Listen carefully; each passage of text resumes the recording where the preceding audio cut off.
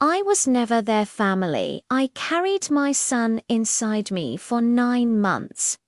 I still remember the night his father died.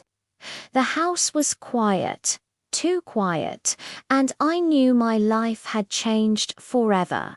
From that day on, it was just me and my boy. No backup, no safety net. I worked overtime whenever I could. I skipped meals so he wouldn't have to. I wore the same coat for years so he could have new shoes.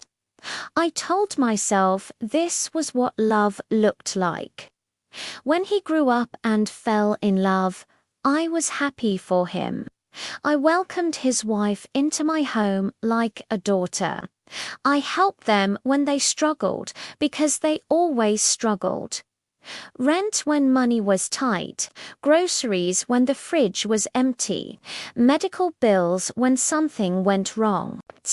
I never asked for thanks. I just wanted to belong. So when the wedding day came and went without an invitation, I thought there must be a mistake. Then I saw the pictures online. Her parents smiling proudly, her siblings laughing, holding champagne glasses. A full room, a beautiful ceremony.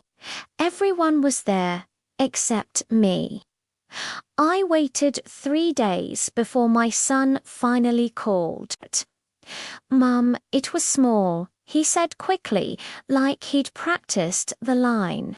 "Don't make it a big deal. Small. Small enough to forget the woman who raised him alone." That night, I couldn't sleep. I sat at my kitchen table with a notebook and my bank statements. I didn't cry.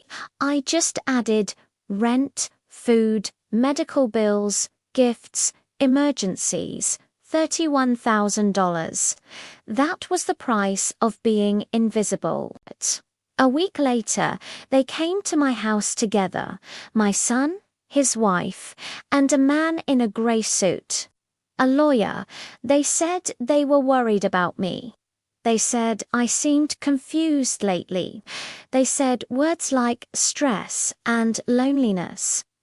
I listened quietly, and then I understood something terrifying. They weren't worried about my heart. They weren't worried about my health. They were worried about losing access to my money. That night, I didn't argue. The next morning, I changed the locks on my doors. I secured my bank accounts.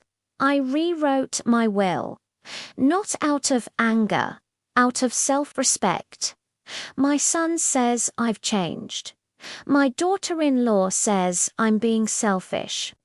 Maybe I have changed, because for the first time in years, I don't feel like an ATM. I feel like a woman again. And that should have never cost me $31,000 to learn.